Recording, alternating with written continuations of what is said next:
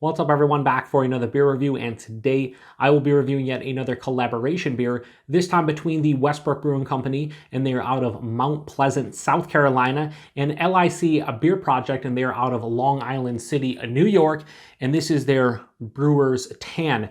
So on the side of the can, they're calling this a Tropical Creme Pie style Gose, which is a Gose that is brewed with pineapple, coconut, pistachios, cinnamon, vanilla, and lactose. Comes in at 4% alcohol by volume, 5 IBUs at the time of review. This can is just under 2 months old. So what's weird about this beer is that it says sour ale brewed with natural flavors on the front of the label, but then they mention, the different ingredients, but the natural flavor thing always throws me for a loop. But anyway, it's been a while since I reviewed a Westbrook beer on the channel, and I have reviewed, I don't think anything from LIC Beer Project. I might have done like a collaboration with another brewery with them, their involvement. But yeah, this one sounded really good. It is, late fall, early winter at the time of the review, and it was just like, man, that sounds actually quite delicious. Kind of like a pina colada. They say a tropical cream pie style Gose, whatever the case may be. It sounds pretty delicious. I like coconut and pineapple and pistachios and cinnamon and vanilla and the whole nine. So let's see what we got going on. Ooh, that's pouring out super light, 4%, remember, so shouldn't be too surprised. Yeah, so wow, in person, that is a super bright, like sunshine, yellow-orange color, super murky and turbid. Has about a finger of this off-white, creamy colored head. It just looks, I'd say bright white actually.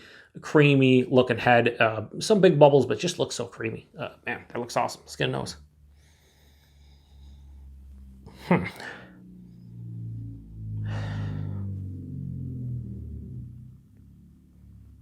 the hell is going by right now? Jesus. Yeah, this does not smell all that good. I just got a little bit of the cinnamon. It's kind of musty, kind of funky. Yeah, those adjuncts just aren't vibing. I thought I'd be able to pick out the pineapple and the coconut and the pistachios and whatnot. Really just getting the cinnamon, a little bit of like a vanilla sweetness too. Doesn't smell great, just gonna be honest with you. Let's get into it. Cheers, everyone.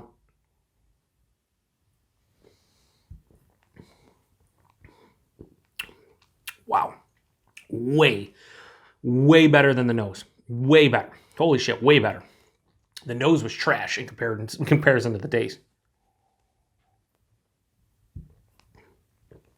This is big pina colada vibes. Pineapple and coconut, stars of the show. Right up front, you're hit with it. It's sweet. Pina colada all day. Middle of the palate, though, pistachios, like a nuttiness. But I can actually kind of tell it's pistachios. Like it just has a like almost authentic pistachio flavor. That hits mid-palate. And it has a little bit of that cinnamon and vanilla sweetness too, mixing in. And then also in the middle of the palate and carrying on to the back is this nice firm tartness. It finishes semi-dry, a lot of residual sweetness, even at 4% with all of these adjuncts. It definitely finishes sweet, even though it just says sour ale brewed with natural flavor, whatever. Finishes though pretty sweet with a firm tartness, no bitterness to speak of. Body on this one is very impressive at 4%. This drink's like straight up medium body, so 4%, that is fantastic. So kudos to Westbrook for that. The mouth feels soft, smooth, relatively creamy. Not a ton of carbonation, but enough. Yeah, there's enough carbonation, but it just has a nice soft, smooth creaminess from the lactose. Wow. I really like Westbrook's Goses and just sour ales in general. They usually do a great job with them. I was really worried after that nose. You saw me get out of that nose. Like usually I'll stick on the nose for like 30 seconds, 45 seconds, a minute sometimes, depending on what I'm smelling. I was out of there because it did not smell good. Had a funky mustiness to it. I really wasn't picking anything other than like a cinnamon and a slight vanilla kick. And I was very, very worried about this one because I was just like, man, I hope it just doesn't let me down. And it doesn't. The taste is pretty damn tasty. Yeah. Again, this is one I would want poolside at a barbecue, at the beach in the summer. Drinking this in, right now it's early December. Probably not ideal, but I'm not a seasonal drinker, as I mentioned seemingly in every fucking review because I'm an idiot. But this is still delicious. I'm gonna drink the rest of this and enjoy every single moment of it. But I think in the summer or even spring, this one would be way more enjoyable. But anyway, Brewer's Tan from Westbrook and LIC Beer Project.